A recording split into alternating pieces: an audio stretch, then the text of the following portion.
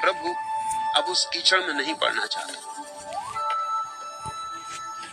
उस कीचड़ में कमल भी है। तुमने कीचड़ ही देखी तो तुमने पूरा नहीं देखा,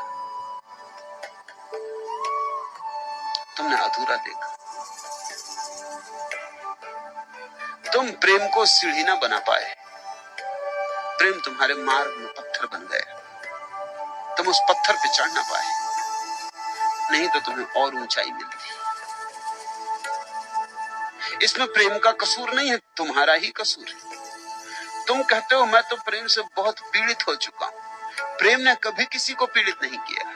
हाँ, प्रेम के कारण बहुत लोग पीड़ित मालूम पड़ते हैं, लेकिन कारण कुछ और ही होता है। समझो, कुछ लोग प्रेम के कारण पीड़ित होते हैं क्योंकि वो चाहते हैं फलां व्यक्ति मुझे प्रेम करे। अब ये फलां व्यक्ति की स्वतंत्रता है कि तुम्हें प्रेम करे या ना करे, ये तुम्हारा आग्रह नहीं हो सकता।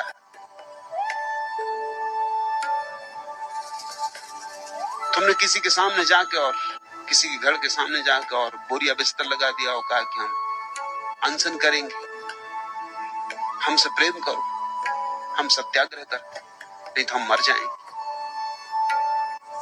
ऐसा हुआ एक काम। एक आदमी ने ऐसा लगा दिया एक सुंदर युवती के द्वार। उसका बाप तो बहुत घबराया। सत्याग्रहियों से कौन नहीं घबराता। और उसके 2-4 साथी संगी भी थे। उन्होंने बाजार में जाकर खूब शोरगुल मचा दिया कि सत्याग्रह हो गया। गांव भर उत्सुक हो गया, लोगों की भीड़ आने लगी। लोग उससे पूछने लगे कि क्या मामला है। वो बाप तो बहुत घबराया, उसने करना क्या है।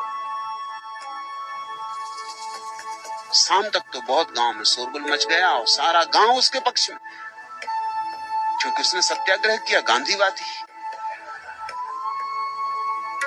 ये कोई पूछे नहीं कि सत्याग्रह किया किस लिए। मुरारजी ने अनशन किया था, किसी ने पूछा किस लिए किया था। वो गांधीवादी। कोई सत्ता पाने के लिए अनशन कर रहा है। ये तो बेचारा भले आदमी प्रेम पाने के लिए अनशन कर रहा है, कोई बुरा काम तो कर नहीं रहा। लेकिन किसी ने ये सोचे नहीं कि वो युवती भी इसे प्रेम करती है या नहीं, अन्यथा ये जबरदस्ती हो गई। सब तरह के सत्याग्रह जबरदस्तियां, उनके भीतर हिंसा है, ऊपर से अहिंसा का ढोंग है। सांझ तक तो उसका बाप बहुत घबरा गया। उसने कहा ऐसा अगर चला, सारे गांव का दबाव पड़ने लगा। लोग फोन करने लगे, चिट्ठियां आने लगी, अखबार में खबरें छप गई, पोस्टर लग गए कि बहुत अन्याय हो रहा है, सत्याग्रही के साथ बहुत अन्याय हो रहा है, आमरण अनशन है, वो मर जाएगा। प्रेम के लिए ऐसा दीवाना कब देखा गया। मजनू ने भी ऐसा नहीं किया था।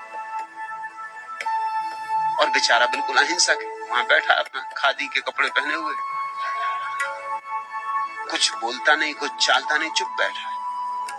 किसी ने उसके बाप को, लड़की के बाप को सलाह दी कि अगर इससे निपटना हो तो एक ही रास्ता है, उससे निपट सकते हो। क्या रास्ता है? उसने कहा मैं हल कर देता हूं। वो भागा गया और एक बूढ़ी वेश्या को लेकर आया। एक बिल्कुल मरी मराई वेश्या। एक तो वेश्या और मरी मराई। उसको देख के किसी का जी मिचला जाए। भयंकर बदबू उससे आ रही। उसको ले आया। उस युवक ने जब देखा, वो जो सत्याग्रह करा था, तू यहाँ किस लिए आई? उसने कहा मुझे तुमसे प्रेम। मैं भी यही सत्याग्रह करती हूँ। जब तक तुम मुझसे विवाह न करोगे, मर जाऊं भला। बस फिर घड़ी आधा घड़ी में युवक अपना बिस्तर सटोला और भागा। फिर सत्याग्रह समाप्त हो गया।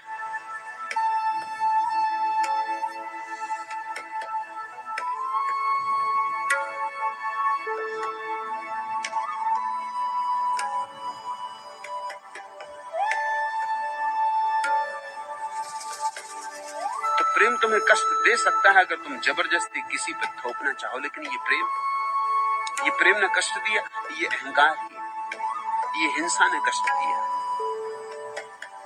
तुम्हें हक नहीं है किसी पे अपना प्रेम थोपने का, ना हक है किसी से जबरदस्ती प्रेम मांगने का।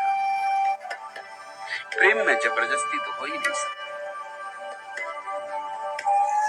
तो कष्ट पाओगे, या जिसे तुमने चाहा वो तुम्हें मिल गया, लेकिन मिलने के बाद तुमने उस पर बहुत अपने को आरोपित किया। तुमने उसे अपनी संपत्ति बनाना चाहा, तुमने उसके सब तरफ पहरे बिठा दिए। तुमने कहा बस मुझसे प्रेम और किसी से भी नहीं, मेरे साथ हंसना और किसी और के साथ नहीं। और तुम बड़े भयभीत हो गए और तुम सुरक्षा करने लगे और तुम सदा चिंता करने लगे, तुम जासूसी करने लगे। और अगर तुमने अपनी पत्नी को या अपने पति को किसी के साथ हंसते और मुस्कुराते देख लिया तो तुम्हारे भीतर आग लग गई। इससे तुमने कष्ट पाया, इससे तुम पीड़ित हुए, लेकिन ये पीड़ित होने का कारण प्रेम नहीं, दूसरे को संपत्ति मानने में ही पीड़ा है। कोई इस जगत में किसी की संपत्ति नहीं, न कोई इस जगत में किसी की संपत्ति होने को पैदा हुआ, न किसी को होना चाहिए। ये अपमान, कोई किसी का गुलाम नहीं। प्रेम दो स्वतंत्र व्यक्तियों के बीच का बहाव, जब भी उनमें से कोई गुलाम हो जाएगा, एक या दोनों गुलाम हो जाएंगे, तभी बहाव रुक जाता है। और जब बहाव रुक जाता है तब बड़ी पीड़ा है, तब बड़े कांटे चुभ जाते, तब जीवन में घाव हो जाता। प्रेम से लोग दुख पा रहे हैं, वो प्रेम के कारण नहीं, प्रेम के नाम पर कुछ और चल रहा है, अहंकार चल रहा है।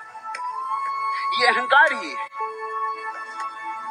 तुम चकित हो गई ये जानकर कि व्यक्तियों के साथ तो ईर्ष्या होती ही होती, ऐसी स्थितियों में भी ईर्ष्या हो जाती जहां की ईर्ष्या का कोई कारण नहीं। पति घर आया है, पत्नी दिन भर राह देखती रही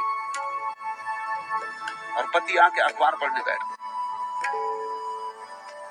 पत्नी अखबार छीन ले सकती, फाड़ के फेंक दे सकती, अखबार से ईर्ष्या हो जा सकती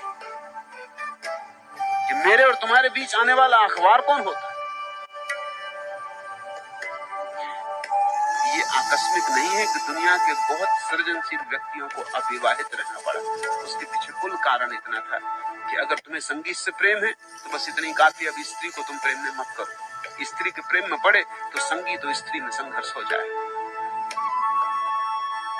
सुकरात की स्त्री सुकरात को पीट देती। एक बार उसने चाय की पूरी केतली सुकरात के ऊपर उड़ेल दी, उसका आधा चेहरा सदा के लिए जल गया और काला हो गया। क्या अड़चन थी? अड़चन यही थी कि सुकरात सदा दर्शन में लीन, उसके शिष्य आते वो दर्शन की बातों में ऐसा तल्लीन हो जाता कि पत्नी को पीड़ा होने लगती। उसे पीड़ा ये थी कि ये दर्शन शास्त्र को